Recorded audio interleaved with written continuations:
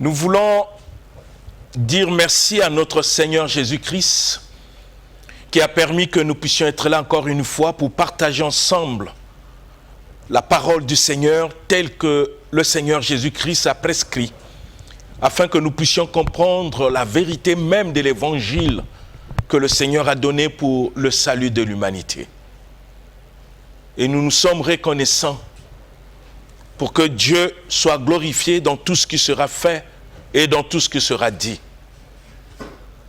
Au cours de cette émission, nous sommes en train de développer un sujet important que nous avons intitulé « Il faut obéir ». Il faut.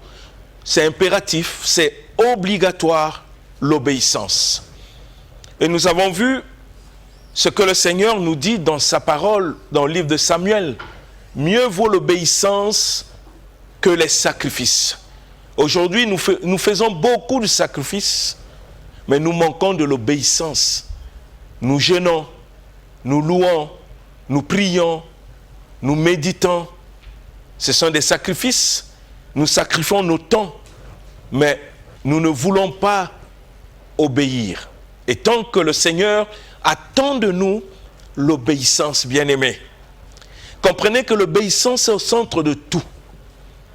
Si nous manquons l'obéissance, il nous est difficile de servir ce Dieu que nous prétendons être notre Père ou notre Seigneur.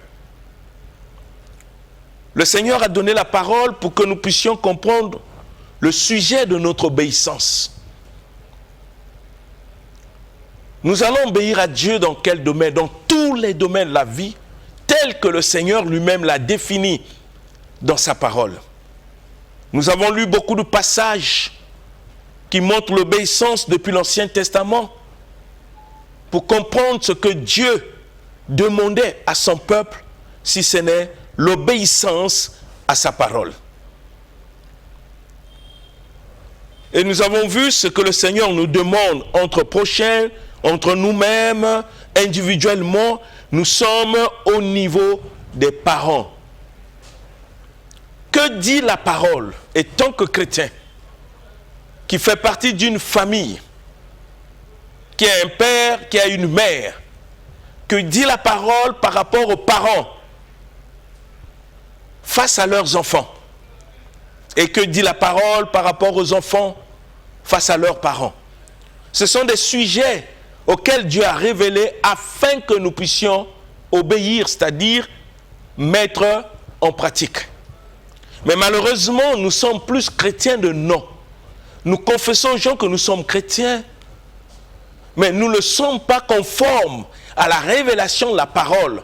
Parce qu'on est chrétien si notre vie manifeste l'obéissance dans tous les domaines tels que le Seigneur l'a enseigné. Mais vous trouverez des chrétiens, dans leur maison, ils sont impolis. Ils manquent du respect à leurs parents. Ils pensent que les parents deviennent comme des amis. Ils ont des mots qualificatifs qui s'adressent à leurs parents, mais ils oublient qu'ils sont chrétiens. Que demande le Seigneur à un chrétien à l'égard des parents? Nous avons lu beaucoup de passages ici, mais nous allons lire un passage de la parole dans le livre de Colossiens chapitre 3, et nous allons lire le verset 20 au verset 21. Vous allez voir comment Dieu repartit la part entre les enfants et les parents, ce que les parents ne doivent pas faire et ce que les enfants aussi doivent faire à l'égard de leurs parents. Et si nous mettons en pratique ces paroles, c'est ça ce que Dieu appelle l'obéissance. Lisons la parole du Seigneur. Colossiens chapitre 3, du verset 20 au verset 21, je lis au nom du Seigneur Jésus-Christ. Amen. Dans la version Louis II révisée, « Enfants, obéissez en toutes choses à vos parents, car cela est agréable dans les Seigneurs. Pères, n'irritez pas vos enfants, de peur qu'ils ne se découragent. Amen. » Amen. Regardez ce que Dieu dit. C'est ça l'évangile. Les gens limitaient l'évangile dans des miracles. Les gens ont limité l'évangile dans la prospérité, des voyages. Les gens ont limité l'évangile dans la bénédiction. Les gens ont limité l'évangile au niveau des biens matériels. Mais l'évangile ne nous enseigne pas ces choses, ne nous amène pas à nous attacher à ces choses. C'est des choses que le Seigneur peut nous donner.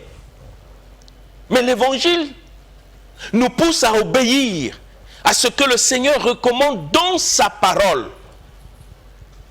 À obéir, bien-aimés. À quoi sert un homme d'avoir des voitures, des voyages, s'il n'est pas obéissant à ce que le Seigneur recommande dans sa parole? Avoir la voiture, ce n'est pas seulement chrétien. Vous avez des païens qui en ont. Je ne cesse de le répéter. Des païens qui ne croient pas en Dieu. Ils en ont la voiture. Les maisons, ils en possèdent. L'argent, ils en ont. Des voyages, ils le font. Qu'est-ce qui marque la différence entre un chrétien et un païen si ce n'est l'obéissance à la parole du Seigneur?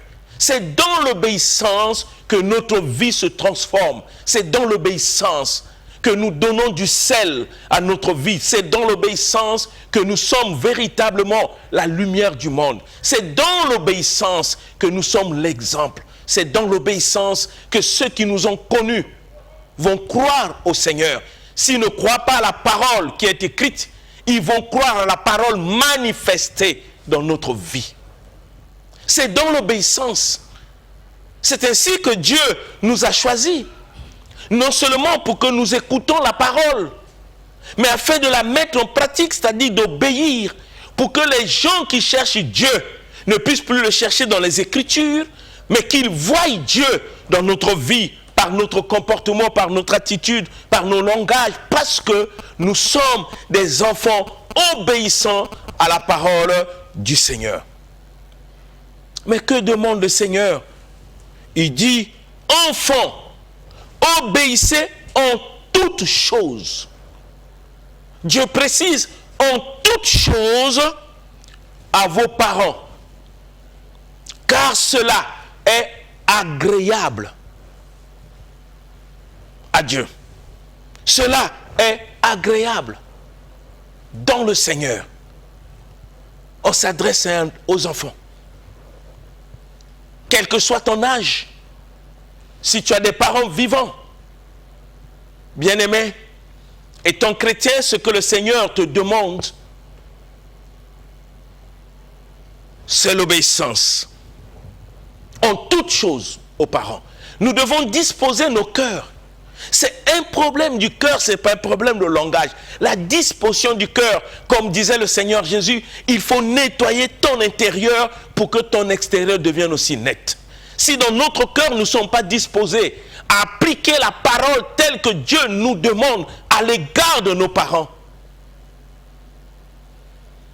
bien-aimés, nous pouvons nous demander si réellement nous aimons Dieu. Nous pouvons nous demander si nous partons à l'église pour servir Dieu. Et parfois nous ne comprenons pas la notion de servir Dieu si ce n'est l'obéissance à sa parole. C'est une recommandation du Seigneur. Ce n'est pas une recommandation du pasteur, ou de l'apôtre, ou du prophète, ou du docteur, ou de l'évangéliste. Ce n'est pas une recommandation des hommes de Dieu. C'est une recommandation de notre Seigneur Jésus. C'est ce qu'il a prescrit dans l'évangile afin que nous puissions la pratiquer. Quel est ce chrétien qui va à l'église sans avoir dans sa conscience la notion de l'obéissance à tout ce que le Seigneur nous recommande dans sa parole? Comme j'ai toujours l'habitude de le dire, si mon cœur n'est pas prêt à obéir, si mon cœur n'est pas prêt à appliquer ce que le Seigneur me recommande, même au sein de ma famille, au niveau de mes parents, je me pose toujours la question, quelle est la raison qui nous amène à l'église? Si ce n'est d'obéir à la parole de Dieu, quelle est la raison qui me pousse à aller à l'église si ce n'est d'obéir à ce que le Seigneur me recommande dans sa parole. Mais si je ne suis pas prêt à obéir, si je ne suis pas prêt à mettre en pratique ce que le Seigneur me recommande dans sa parole, qu'est-ce que je fais à l'église? Qu'est-ce que je cherche à l'église? Ma présence à l'église sert à quoi? Si dans mon cœur, je ne suis pas disposé et disponible à obéir à la parole, pourquoi je dois écouter les enseignements si mon cœur refuse de mettre en pratique la parole par l'obéissance? Cette parole m'aura servi à quoi? J'aimerais que chacun puisse réfléchir, bien-aimé, afin que nous ne puissions pas prendre notre vie chrétienne à la légère. Essayez un peu de penser que Jésus a quitté le ciel et il a accepté de mourir nu sur la croix. Penses-tu, mon frère, penses-tu, ma soeur, que c'est de l'amusement? Et que tu viennes en déclarant que tu veux suivre le Seigneur, en t'engageant à suivre le chemin de Dieu, et que cet engagement n'est pas fondé sur l'obéissance à la parole de Dieu. Bien-aimé, c'est se moquer de l'œuvre salvatrice de Jésus sur la croix. C'est fouler aux pieds tout ce que le Seigneur a fait et tout ce que le Seigneur a accompli. C'est mépriser les voies du Seigneur. C'est ainsi que Jésus lui-même a répondu à cette question. Dans la parole, dans le livre de Luc, chapitre 6, verset 46, il a dit: pourquoi tu m'appelles Seigneur? Pourquoi tu dis aux gens que je suis ton Seigneur et ton Sauveur, si tu es incapable de mettre en pratique ce que je te recommande? Pourquoi? Pourquoi faire semblant d'être chrétien, tandis que dans ta conscience, tu ne le sais pas, et tu sais toi-même que tu ne l'es pas? On n'est pas chrétien parce qu'on fréquente une église. Fréquenter une église, c'est une bonne chose. Mais si je fréquente une église pour écouter les enseignements et que je ne suis pas prêt à mettre en pratique, à obéir à ce que le Seigneur recommande, je suis qui devant Dieu?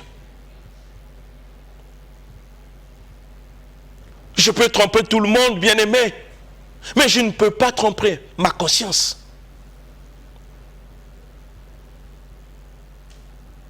Quelles sont les relations que j'ai avec mes parents étant que chrétien? Quelles sont ces relations? Les rapports que j'ai avec mes parents.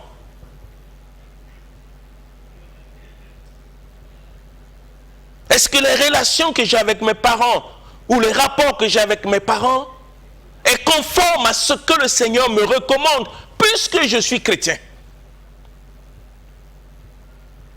Est-ce qu'à leur égard, j'agis conformément aux recommandations du Seigneur? Parce que le Seigneur dit, cela est agréable à Dieu. Est-ce que c'est comme ça que j'agis? Comment je vois mes parents? Qu'est-ce que je pense d'eux? Quel apport je leur apporte dans ce que Dieu me donne? Apporter apport à des parents, c'est un acte de foi, c'est un acte d'amour, c'est l'application de ce que le Seigneur me recommande. On ne le fait pas pour faire plaisir aux parents, on le fait pour que Dieu soit toujours glorifié dans notre vie. Ce n'est pas une contrainte, c'est un acte d'amour tel que le Seigneur me recommande. Je dois avoir des bons rapports avec mes parents, avec mon père, avec ma mère, avec mes oncles, mes parents.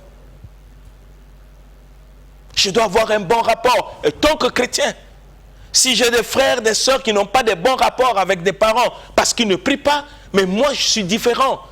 C'est ce que le Seigneur dit, que nous devons marquer la différence. Il doit y avoir une différence entre ceux qui servent Dieu et ceux qui ne le servent pas. La différence, c'est parce que ceux qui servent Dieu ont accepté de tout leur cœur de mettre en pratique la parole, c'est-à-dire d'obéir, de faire exactement ce que le Seigneur leur recommande dans sa parole. C'est ce que nous devons être. Nous ne devons pas être ce que nous pensons, mais nous devons être ce que Dieu dit et ce que le Seigneur attend de nous. Toute personne qui s'engage à servir le Seigneur avec son cœur, en esprit, en vérité, mettre en pratique la parole n'est pas un fardeau pour lui, mais c'est un sujet de joie. C'est vraiment un sujet de joie. Combien de chrétiens injurient leurs parents? Combien de chrétiens se querellent avec les parents? Combien de chrétiens méprisent les parents? Combien de chrétiens n'apportent jamais leurs parents dans le cœur? Combien de chrétiens n'arrivent pas à assister leurs parents? Combien? Combien de chrétiens sommes-nous qui ne font pas ce que le Seigneur nous recommande dans sa parole? Est-ce que, bien-aimés, on peut être fier de dire aux gens que nous sommes chrétiens? Est-ce qu'on peut être fier de dire aux gens que je prie? Si la prière ne m'amène pas à l'obéissance de la parole de Dieu, si la louange que je fais pour le Seigneur ne m'amène pas à me soumettre à sa volonté, si tout ce que je fais pour le Seigneur ne m'amène pas à pratiquer ce que le Seigneur attend de moi à l'égard de mes parents, il y a beaucoup de choses à prendre là-dessus. Si ces choses ne m'amènent pas, à quoi sert ma louange? À quoi sert l'œuvre que je fais pour Dieu? À quoi servent mes prières?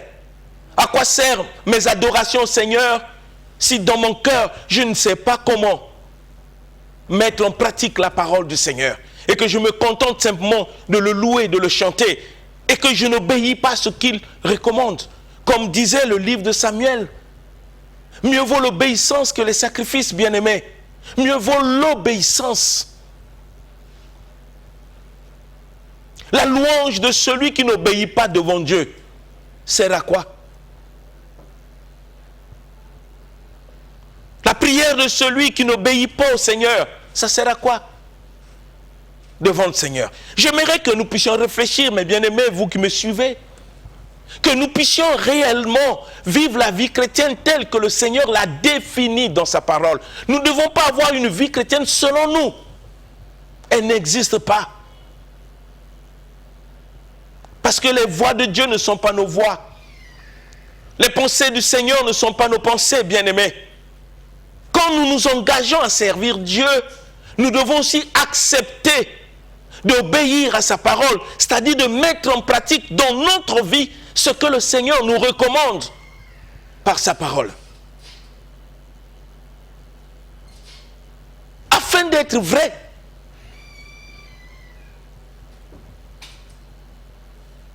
Réfléchissons à cela. Non seulement le Seigneur recommande aux enfants d'obéir aux parents, mais nous, parents aussi, nous avons notre part de responsabilité conformément à la parole de Dieu. Nous l'avons lu dans le livre de Colossiens 3, 20 à 21 et dans d'autres passages de la parole, même Éphésiens. Qu'est-ce que le Seigneur dit aux parents? Il dit: Père, n'héritez pas vos enfants de peur qu'ils ne se découragent. Oui, bien-aimé, tu es parent, tu as des enfants. Le Seigneur nous recommande par sa parole de ne pas hériter les enfants. Il y a beaucoup de sujets auxquels nous pouvons hériter nos enfants. Même dans la manière de les parler. On peut provoquer dans leur cœur l'irritation. Dans notre manière de les considérer. Dans notre manière de les corriger. de les aimer. Il faut que toutes ces choses, nous devons le faire conforme à la lumière de la parole pour que notre comportement vis-à-vis des enfants ne puisse pas produire dans leur cœur l'irritation. C'est ce que le Seigneur recommande. Est-ce que nous, parents, c'est ce que nous faisons? Comment nous regardons nos enfants? Au-delà de leurs manquements, au-delà de leurs défauts. Quelle attitude avons-nous vis-à-vis de nos enfants? Qu'est-ce que nous leur apportons pour qu'ils puissent réussir? Quel conseil nous leur donnons? Au lieu de rester de 7h à 8h, jour après jour, que de blâmer, de critiquer. Oui, mais qu'est-ce que tu fais pour que l'enfant puisse s'améliorer? Qu'est-ce que tu fais pour que l'enfant devienne meilleur? Qu'est-ce que tu fais pour que l'enfant puisse réussir dans sa vie? C'est une responsabilité des parents. On n'aime pas seulement père parce qu'on est en train d'engendrer des enfants. Un père n'est pas seulement celui qui donne vie, qui donne naissance à un enfant. Mais un père, c'est celui qui encadre. Un père, c'est celui qui nourrit. Un père, c'est celui qui conduit.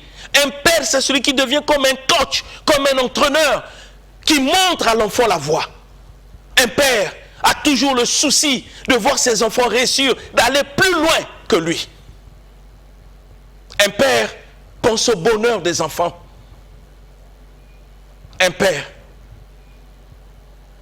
n'est pas là seulement à crier, mais un père porte le fardeau pour la réussite de ses enfants. Il agit, il fait tout pour que le Seigneur mette la main pour que les enfants puissent réussir. Combien de nous parents, nous avons ce fardeau tel que la parole nous dit à l'égard de nos enfants? Pour que nous soyons réellement ces parents tels que la parole le dit. Mais il y a des parents, leur but c'est de procréer, de mettre au monde, et ils abandonnent des enfants. Des hommes ou des femmes irresponsables qui n'ont pas compris pourquoi ils ont eu un enfant. Ils abandonnent les enfants.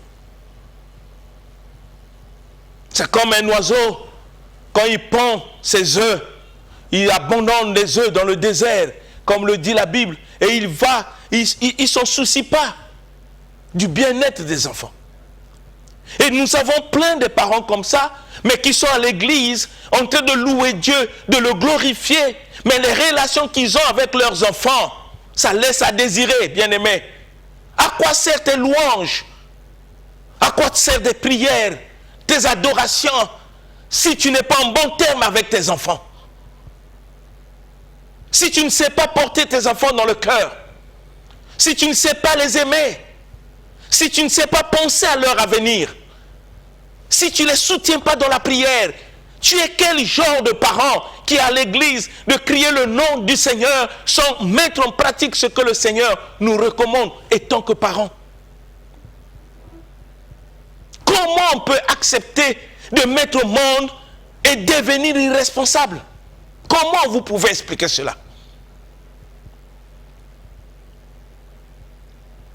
Des pères qui ne prennent pas soin de leurs enfants, qui ont abandonné les enfants entre les mains de leur maman, mais ils sont à l'église en train de louer Dieu. Ils sont à l'église en train de glorifier le Seigneur. Et à partir du moment où nous pouvons poser des questions, quel Dieu vous priez? Si vous abandonnez vos enfants, si vous n'assumez pas votre responsabilité à l'égard de vos enfants, si vous ne pensez pas à leur avenir, si vous n'investissez pas dans leur vie pour leur réussite, on est quel genre de parents? Quel genre de chrétiens parents?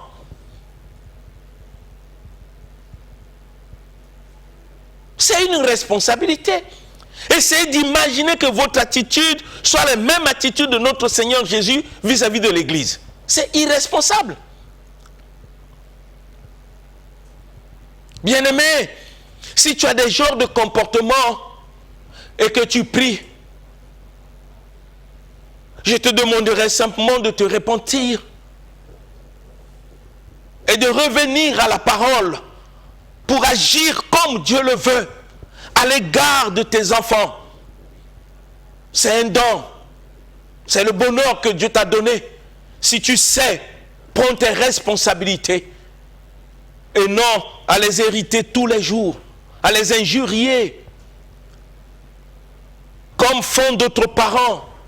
Ils injurient leurs enfants jour après jour, nuit après nuit, heure après heure, seconde. Il n'y a pas de dialogue, d'amour entre les parents et les enfants. Toujours des injures. Oui, tu peux injurer ton enfant idiot, mais puisqu'il sort de toi, c'est que toi-même tu es le plus idiot. Parce qu'il n'y a qu'un idiot qui met les enfants idiots. Chacun reproduit l'élément de son espèce. Comment tu peux étonner que ton enfant soit idiot tant que toi-même tu es le plus grand idiot? Comment tu peux dire comme ça à tes enfants? Au lieu de les conseiller, de leur montrer la voie, ce qui est bien pour eux, bien-aimés. Et vous trouverez ce genre de parents. Parfois, il peut être aussi un serviteur de Dieu. Comment un serviteur de Dieu peut avoir à son sein même des enfants impolis? Nous sommes au temps de la grâce, nous ne devons pas regarder les enfants de David. Oui, ils ont vécu l'époque, mais nous sommes au temps de la grâce auquel Jésus a payé de sa vie pour que nous puissions être à la hauteur d'accomplir la parole afin que nos enfants soient des vrais exemples. Et j'aimerais que nous puissions lire un passage, vous allez comprendre la responsabilité qui nous incombe et surtout quand on est serviteur de Dieu. Nous devons obéir à la parole, bien-aimés. Si nous ne sommes pas prêts à appliquer la parole dans nos foyers, dans notre vie, ce n'est pas la peine d'aller prier. C'est un temps perdu. Si on ne décide pas, bien-aimés, de changer. Regardez le livre de Timothée que nous allons lire. Vous allez voir ce que le Seigneur recommande dans ce livre de Timothée. C'est très merveilleux. 1 Timothée chapitre 3. 1 Timothée, quand on veut avoir des responsabilités à l'église en tant que parents, Dieu nous recommande des choses concernant même nos familles auxquelles nous devons tenir compte pour voir dans notre vie si c'est comme ça que nous sommes. Nous allons lire 1 Timothée chapitre 3. Lisons le verset 1 jusqu'au verset 5. Que dit la parole? 1 Timothée chapitre 3, du verset 1 au verset 5, je lis au nom de Seigneur Jésus-Christ. Amen. Cette parole est certaine. Si quelqu'un aspire à la charge d'évêque, il désire une œuvre excellente. Il faut donc que l'évêque soit irréprochable, mari d'une seule femme, sobre, modéré, réglé dans sa conduite et hospitalier, propre à l'enseignement. Il faut qu'il ne soit ni adonné au vin, ni violent, mais indulgent, pacifique, désintéressé. Il faut qu'il dirige bien sa propre maison et qu'il tienne ses enfants dans la soumission et dans une parfaite honnêteté. Car si quelqu'un ne sait pas diriger sa propre maison, comment prendra-t-il soin de l'église de Dieu? Amen. Amen, bien-aimé. Amen. Est-ce que nous comprenons ce que le Seigneur nous recommande? Je peux être pasteur, je peux être apôtre, je peux être, quel que soit le titre, les responsabilités que j'occupe dans l'église. Mais il y a un certain nombre de recommandations vis-à-vis de ma maison et de ma famille. Qu'est-ce que le Seigneur dit? Je vais le dire seulement. Le verset 4 dit, il faut que celui qui a des responsabilités au sein de l'église, qu'il soit évêque, qu'il soit pasteur, qu'il soit apôtre, qu'il soit diacre, qu'il soit qui que ce soit, quel que soit le niveau de responsabilité, le Seigneur commande que celui-là, il faut, c'est une obligation, c'est impératif, bien-aimé, il faut qu'il dirige bien sa propre maison. Comment tu peux diriger bien ta propre maison quand tout le temps tu as des querelles même avec tes propres enfants? Comment, bien-aimé? Et tant que le Seigneur te recommande autre chose, mais dans ta maison tu fais autre chose, quand tu arrives à l'église tu dis Alléluia, est-ce que vraiment tu es ce que le Seigneur attend de toi? Bien-aimés, pensons à ces choses. Comment se comporte ta maison? Est-ce que tu vis dans ta maison avec tes enfants dans l'obéissance à la parole du Seigneur? Est-ce que quand les gens viennent vous voir, est-ce qu'ils regardent la parole se manifester dans vos comportements, dans votre attitude, dans vos relations avec vos enfants? Il dit qu'il faut obligatoire dirige bien sa propre maison et qu'il tienne ses enfants dans la soumission et dans une parfaite honnêteté. Qu'il tienne ses enfants dans la soumission et dans une parfaite honnêteté. C'est être responsable. C'est une recommandation du Seigneur. Étant comme de Dieu, étant que serviteur du Seigneur, au sein d'une église, nous ne pouvons pas simplement dire aux gens que nous sommes des serviteurs si nous ne savons pas gérer notre propre maison. Si on n'arrive pas à mener nos enfants à se soumettre au Seigneur, à le servir,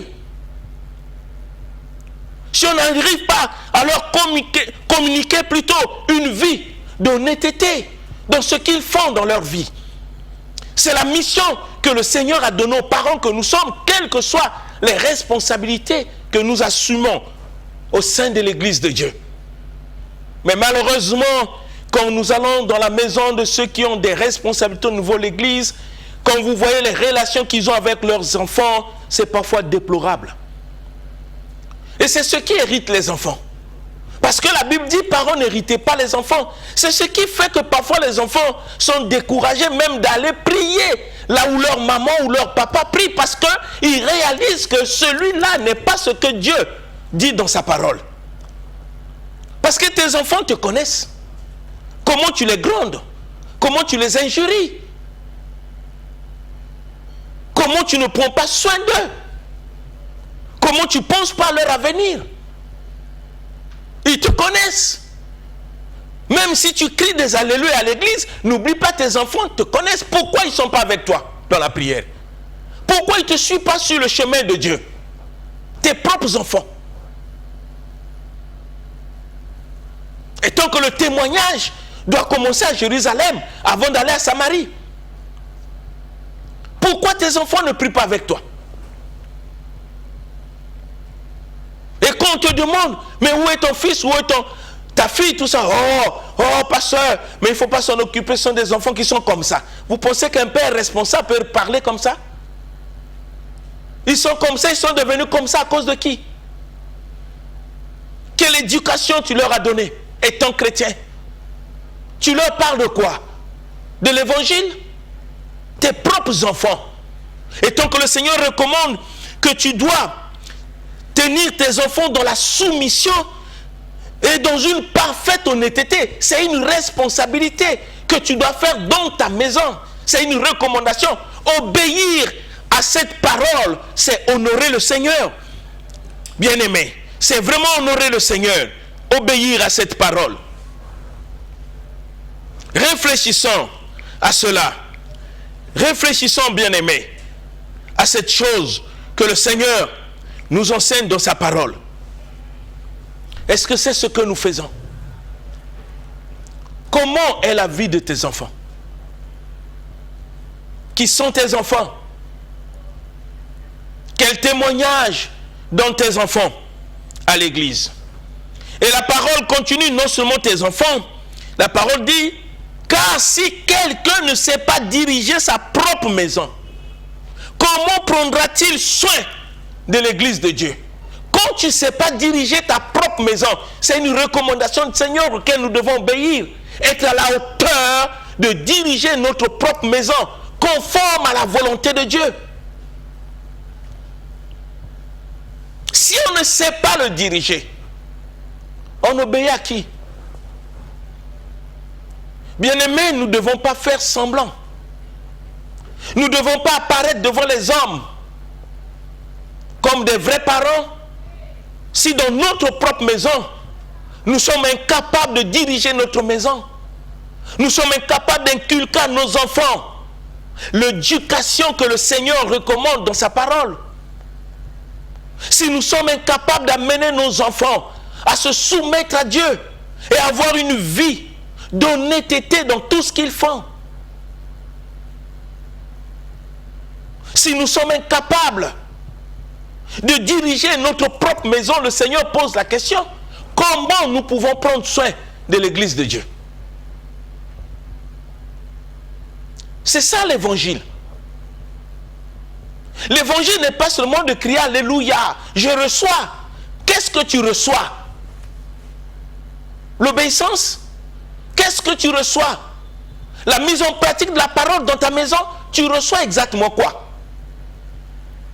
Parce que si tu recevais vraiment la parole, ta vie devait changer. Si tu recevais vraiment la parole, tu serais un modèle pour ta famille. Si tu recevais vraiment la parole.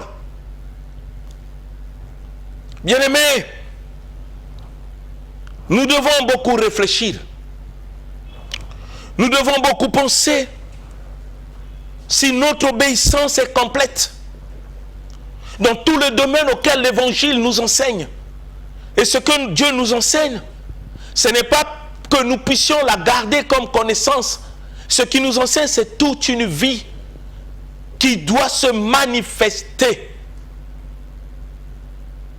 Nous devons devenir la parole faite chair par notre comportement, par notre conduite, en obéissant à ce que le Seigneur nous recommande à l'égard de nos enfants et aux enfants à l'égard de leurs parents. Je veux que, bien-aimés, que nous puissions réfléchir en rentrant en nous-mêmes pour voir si vraiment nous sommes dans la volonté de Dieu, si notre vie manifeste l'obéissance de la parole dans la mise en pratique de ce que le Seigneur nous recommande dans sa parole. Et je veux que chacun réfléchisse, bien-aimé. La vie chrétienne n'est pas ce que nous pensons, mais la vie chrétienne, c'est ce que nous devons être dans ce que Dieu nous recommande. Et pour l'être, il faut l'obéissance. Il faut la mise en pratique de cette parole.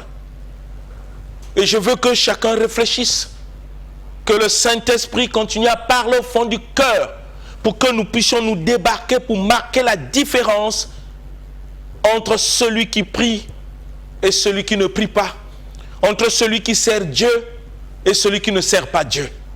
Que le Saint-Esprit continue à parler au fond de notre cœur pour que la parole que nous écoutons, nous ne puissions pas seulement la garder comme dit le Seigneur, que nous devons, c'est une obligation, la mettre en pratique dans nos vies. Que seul le Saint-Esprit puisse convaincre nos cœurs. C'est au nom puissant de Jésus-Christ que je le demande. Amen. Amen. L'émission Parole de vie avec le pasteur Lévi Nikwe, chaque mardi à partir de 17h10 sur DRTV International.